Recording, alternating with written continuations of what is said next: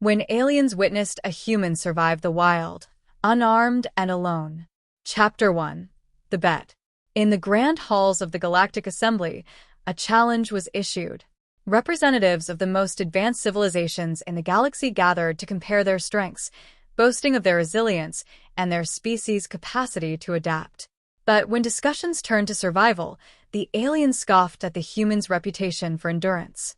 "Your kind is weak without your machines, Admiral Solis," sneered Vecthar, the representative of the warrior-like Drachyr. His chitinous limbs clicked as he spoke, his mandibles twitching with disdain.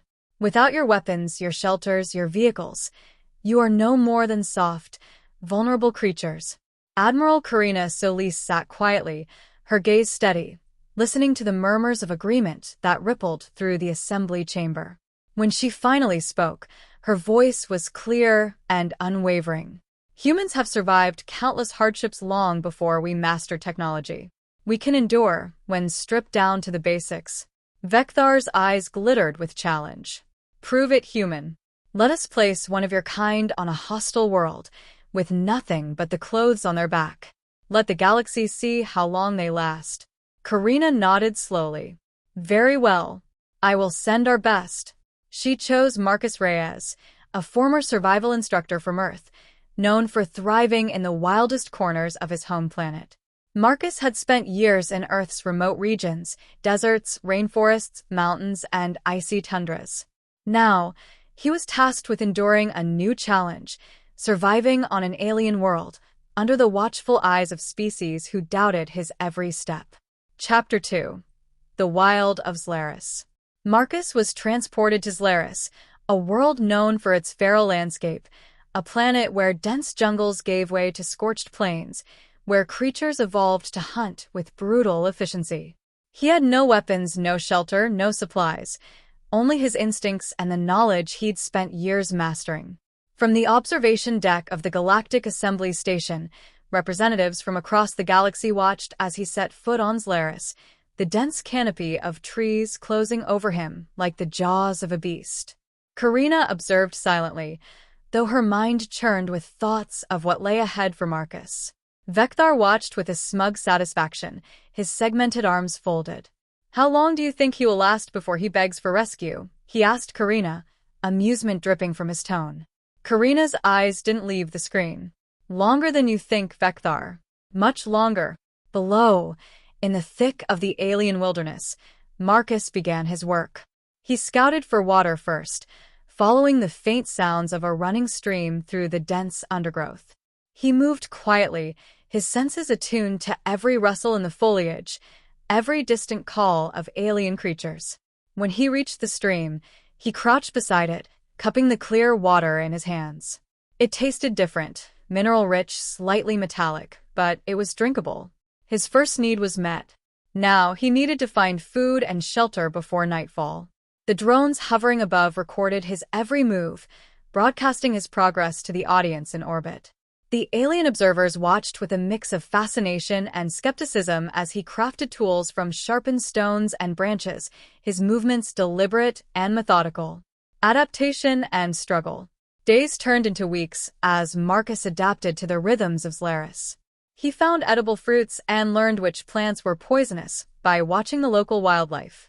He fashioned a crude spear from a long branch and stone, using it to catch small creatures that scurried through the underbrush. He built a shelter out of fallen branches, weaving leaves into a covering to keep out the nightly rains. The temperature plummeted when the sun dipped below the horizon, but he learned to insulate his shelter with layers of foliage, trapping heat to survive the chill.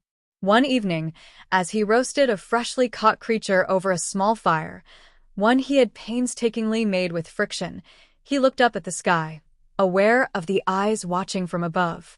He imagined the disbelief on their faces, the murmurs of those who doubted his ability to survive. "Hope you're enjoying the show up there," he muttered, a wry smile on his lips as he took a bite of the meat. In the observation deck, Vecthar's amusement had turned to frustration. "This human is stubborn, I'll give him that. But this is just the beginning. The dangers of Zlaris will catch up to him soon enough." Predators of the night. It wasn't long before the true tests of Zlaris came for Marcus. The first was a predator that prowled the jungle shadows, a sleek, six-legged creature with eyes that glowed like embers in the dark. Its growl rumbled through the forest, a low, vibrating threat. Marcus spotted it stalking him one night, just outside the ring of his fire's light. He remained still, his spear gripped tightly in his hands, his mind racing through strategies. He couldn't hope to match the creature's strength, but he could outsmart it. The next morning, he set traps using sharpened stakes and natural pitfalls, using the terrain to his advantage. When the creature made its move, lunging at him through the underbrush, it found itself impaled on a hidden row of sharpened stakes. Marcus finished it quickly, offering a silent thanks to the fallen predator, acknowledging that it, too, was just trying to survive. The audience above was silent for a moment as the scene played out. Even Vekthar's usual scorn was replaced with a grudging respect. He adapts quickly, the alien conceded, though his tone was reluctant. Karina allowed herself a small smile.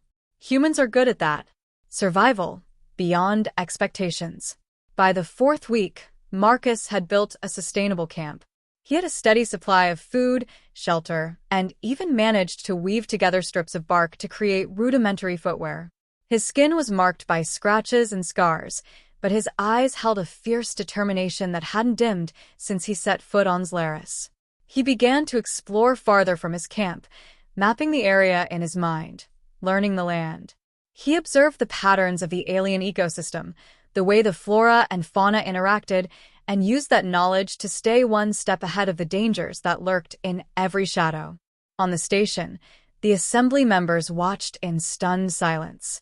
They had expected a quick defeat, a call for rescue within days, but instead, they saw a human who had become part of the wilderness, thriving where they thought he would fail.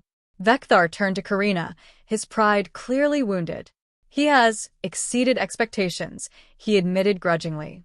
But this does not make your species superior, human. It merely proves that this one is exceptional. Karina's smile was knowing. It proves that humans are capable of more than you give us credit for, and that when we are pushed, we endure. Marcus is just a reminder of that. Return and reflection. When the time came for Marcus to be retrieved, he emerged from the jungle leaner, scarred, and hardened by the ordeal, but alive. As he boarded the transport ship, he cast a final look back at the wilds of Zlaris, a world that had become as much a part of him as he had become a part of it. In the assembly chamber, Vekthar remained silent as Marcus returned, acknowledging the human with a curt nod. Karina approached Marcus, her expression a mixture of relief and pride. "You did well, Marcus. Better than they ever imagined." Marcus gave a weary smile. "Just doing what humans do best, surviving."